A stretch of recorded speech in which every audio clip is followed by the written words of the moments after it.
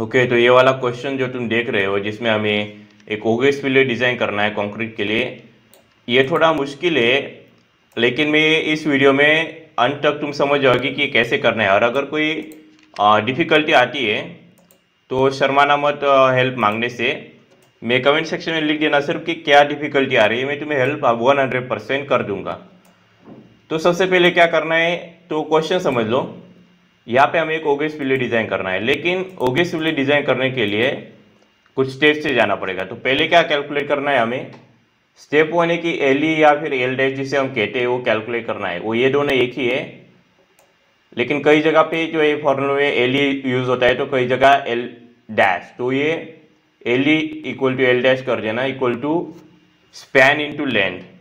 तो यहाँ पे स्पैन इंटू लेंथ, तो स्पैन क्या है हमारा, ये जो देख सकते हो स्पिलवे लेंथ इज 6 मीटर। यहाँ पे देख सकते हो spillway length is 6 span with a clear length of 7 metre each. मतलब क्या कहना चाहता है क्वेश्चन कि हमें 6 स्पैन से, नंबर ऑफ स्पैन कितने 6 है, लेकिन हर एक की क्लियर लेंथ जो है, यहाँ पे इंपॉर्टेंट कौन सी लेंथ दी गई है, क्लियर लेंथ। तो सिंस हमारी क्लियर लेंथ है 7 मीटर, तो हमारी लेंथ हुई 7 और नंबर ऑफ स्पैन कितने हुए 6 हुए। तो 6 इंटू 7 करोगे तो 42 जवाब आ जाता है। इसके बाद हमें कैलकुलेट करना है क्यू। अभी क्यू कैलकुलेट करने के लिए फॉर्मूला होता है C D into L E, जो हमने कैलकुलेट किया है ये वाला एल ई लेना है।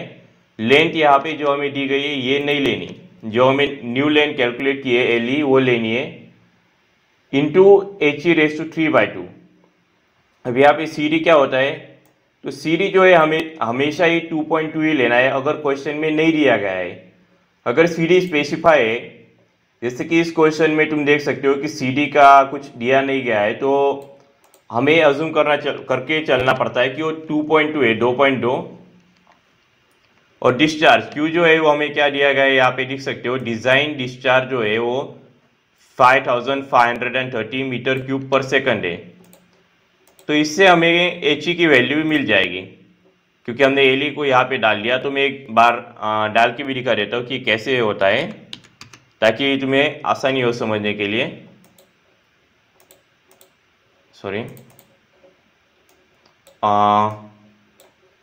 इस वाले को मैं डाल के दिखा देता हूँ कि कैलकुलेटर में कैसे डालता है, क्योंकि कुछ स्टूडेंट को कन्फ्यूजन होता है कि इसका कैसे डाला था और वो सब। तो चाहो तो वीडियो को यहाँ पर स्किप कर सकते हो, कोई इशू नहीं अगर ऑलरेडी आता है। लेकिन नहीं आता तो ये समझ लो। तो यहाँ पे मैं जैसे स्टेप कर रहा हूँ वैसे वैसे तुम अपने कैलकुलेटर पे कर लेना, और तुम्हारा ये जो है जवाब सेम टू सेम आएगा। यहाँ पे शिफ्ट सॉल्व डालना है, यहाँ पे डायरेक्ट ये वाला नहीं डालना। ये जब तुम ये बोले सॉल्व फॉर एक्स, और यहाँ पे कोई भी वैल्यू हो सकती है, कई बार 0 होती है, कई बार 5 6, डिपेंडिंग ऑन तुम्हारी हिस्ट्री क्या थी। ये गूगल हिस्ट्री की तरह यहाँ पे हिस्ट्री स्टोर करता है। तो ये जो नंबर यहाँ दिखाता है वो तुम्हारा आंसर नहीं होता। याद रखना कि इसके आंसर इक्वल टू डालने के बाद जो जवाब यहाँ पे आता है स्क्रीन के ऊपर, थोड़ा सा ये कई बार टाइम लेता है। तो ये वाला जो x इक्वल टू करके जो आता है वो तुम्हारा आंसर होता है। तो हमारे केस में वो आया 15.30 मीटर। अब ये वैल्यू मीटर में है एच की, क्यों, क्योंकि बाकी सारी वैल्यू मीटर में थी, जैसे कि ये भी मीटर में आई, लेंथ भी मीटर में थी। तो अगर ये सेंटीमीटर में होता तो उस हिसाब से ये चेंज हो जाती। अभी हमें रिपीट करना है, मतलब क्या करना है कि using this value of H, अब हमें न्यू वैल्यू कैलकुलेट करनी है एल की। जो हमने एच यहाँ से कैलकुलेट किया है इसका यूज करके हमें एक एल कैलकुलेट करना है। इसका फॉर्मूला रहेगा एल डैश। अब जैसे कि मैंने पहले बोला था, कई जगह पे एल लिखा होता है, कई जगह पे एल डैश लिखा होता है, लेकिन दोनों का मतलब एक ही होता है। तो एल डैश यहाँ पे जो लिखा है इसका मतलब यही है, ये वाला L equal to L dash equal to 42 metre. तो हमारा 42 minus in bracket N K P plus K A, तो यहाँ पे K A into H, bracket complete into H. ये फॉर्मूला तुम अपने नोटबुक ले लिख सकते हो, लेकिन मैंने इसका लिंक डिस्क्रिप्शन में वैसे दे दिया है इसका पूरा पीडीएफ बना के, क्योंकि ये इमेज में है, ये 3 इमेजेस है और एक क्वेश्चन है। तो मैंने इसका प्रॉपर फॉर्मेट में करके इसका लिंक डिस्क्रिप्शन में दे दिया है, वो तुम चेकआउट कर सकते हो इस वीडियो को देख लेने के बाद, ताकि तुम प्रॉपर नोट्स बना पाओ। तो -2 ये तो कॉमन, लेकिन एन क्या है यहाँ पे, एन क्या है, नंबर ऑफ स्पैन -1, एन का फॉर्मूला ये होता है। तो हमें कितने स्पैन से, नंबर ऑफ स्पैन्स कितने, 6 माइनस, खैर ऐसे अगर तुम करोगे 6 माइनस 1 तो जवाब आएगा 5।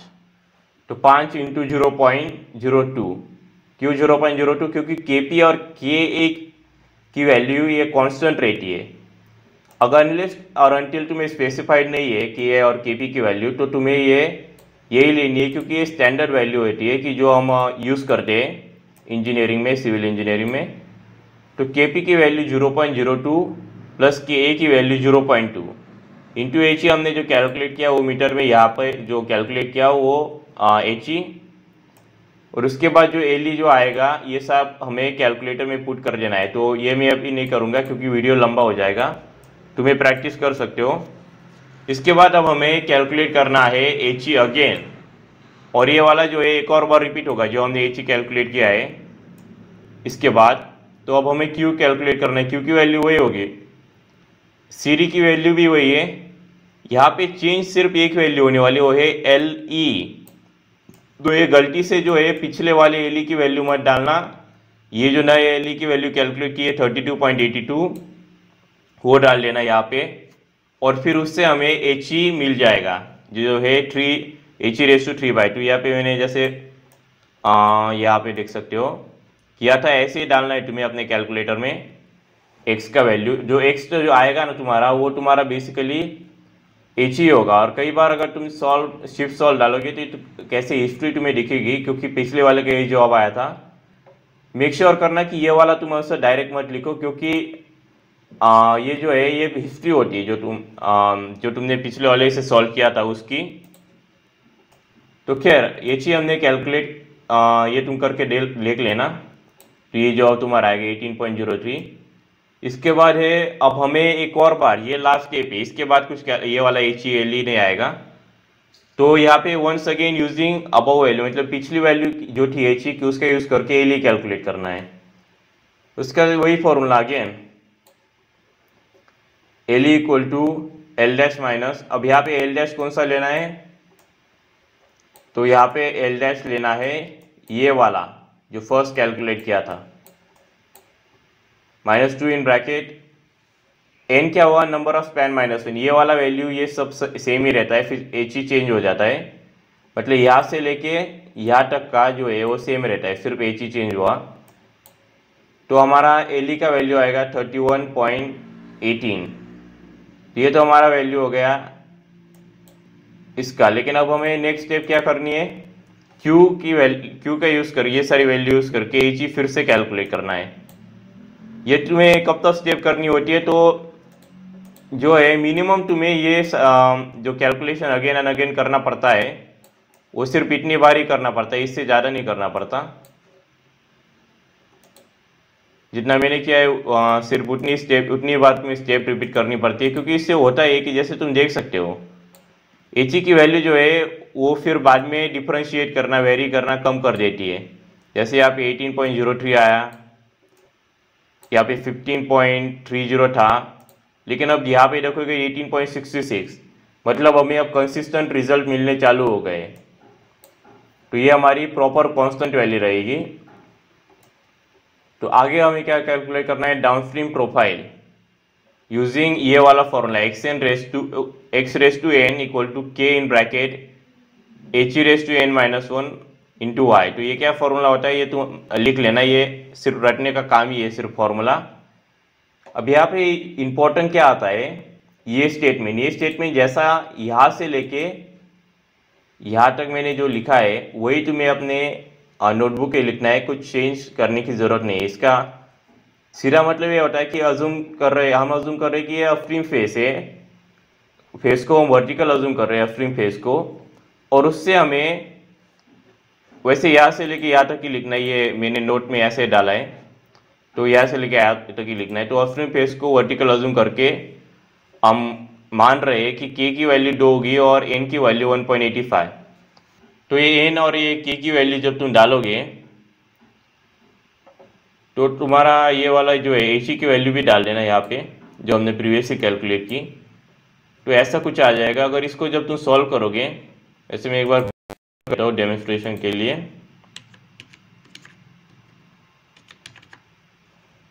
तो जब तुम इसे सॉल्व करोगे तो तुम्हारा जवाब ये वाला आएगा 24.06 24.06 y। लेकिन हमें ये जो सब है ये y के टर्म्स में नहीं चाहिए, हमें चाहिए मतलब x के टर्म में नहीं चाहिए, x raise to x equal to ये सब ये नहीं चाहिए हमें क्या चाहिए y इक्वल टू क्या होता है, x इक्वल टू हमें अभी नहीं चाहिए। तो हम क्या कर सकते हैं, ये जो है ये वाली वैल्यू 24.06 इसको ये मल्टीप्लाई कर रही है y को। तो अगर हम ये x के पास भेजेंगे तो ये डिवाइड में आ जाएगी। मतलब क्या होता है कि हमारा जो जवाब आया है वो डिवाइडेशन में चला गया, यहाँ पे मल्टीप्लिकेशन में था, यहाँ पे डिवाइडेशन में चला जाएगा, डिवाइड हो जाएगा।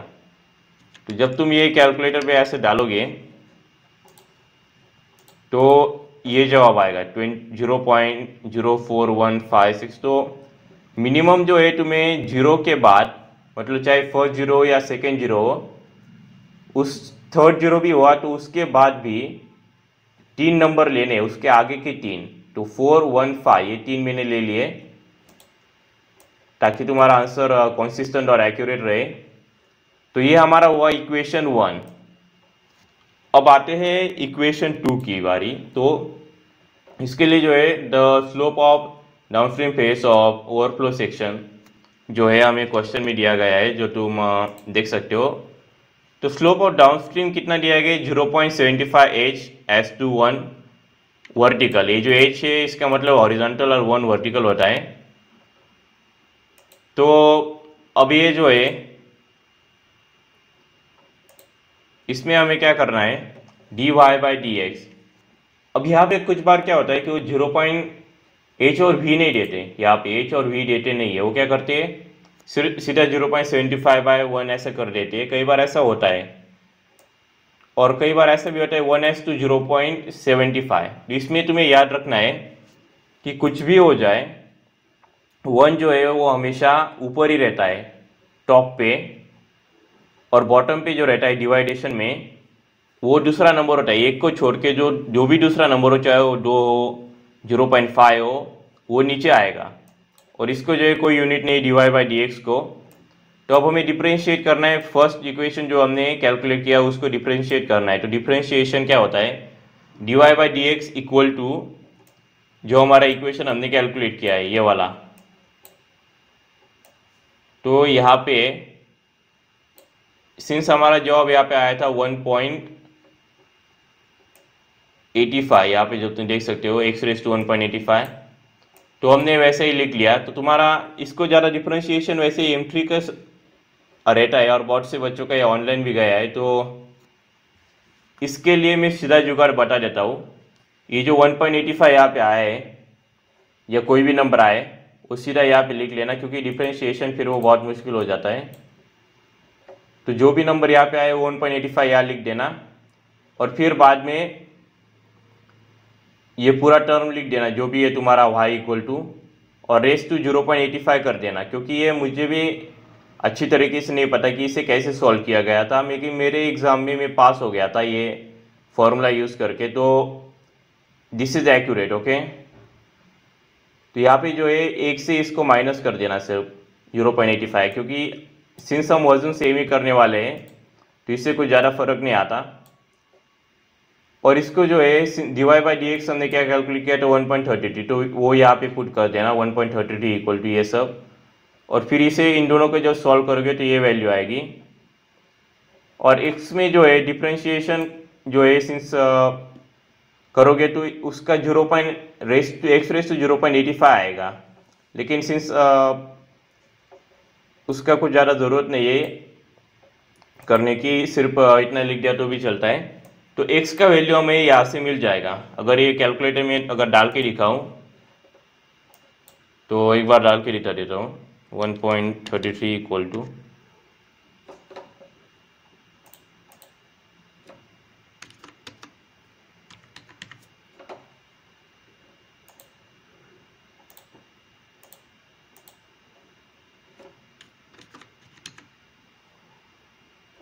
यहाँ पे शिफ्ट सॉल्व इक्वल टू करना है 28.68 आता है। तो अगर ये पूछ रहे हो कि आप 0.85 कहाँ से लिया, तो 1 जो है 1.85 में से 1 माइनस किया था। और टू बी ऑनेस्ट मुझे भी इसका प्रॉपर एक्सप्लेनेशन नहीं है कि ये कैसे आता है, लेकिन उससे 1 माइनस करते हैं इसका, ये मुझे पता है। तो हमें x का जवाब यहाँ से आ जाएगा। तो इसका x का यूज़ करके ये वैल्यू हम इक्वेशन 1 में जब डालेंगे तो हमें ये y की वैल्यू मिल जाती है मीटर में। इसके बाद एक लास्ट स्टेप है, वो एक टेबल तैयार करना। तो अब हमें क्या करना है, now putting the value of x। तो हमारी x की वैल्यू हमें पुट करनी है एज 1 2 3 4 जो तुम देख सकते हो। तो यहाँ पे मैंने प्रॉपर एक्सप्लेनेशन के लिए 1 से लेके 28 तक लिया है। 28 तक ही क्यों लिया, क्योंकि जो तुम देख सकते हो हमारी जो x की वैल्यू जो आई है वो आई है 28.68। तो हमें कहाँ तक लेना है, 1 से लेके 28.68। लेकिन ये मैंने 1 से लेके जब बहुत बड़ा लंबा टेबल हो जाता है बनाने में बहुत मुश्किल होती है और टाइम कंज्यूमिंग एग्जाम के लिए।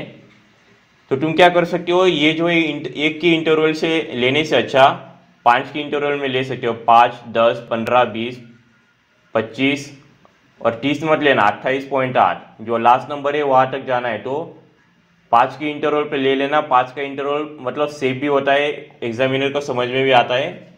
तो 5 2 ऐसा इंटरवल पे तुम ले सकते हो।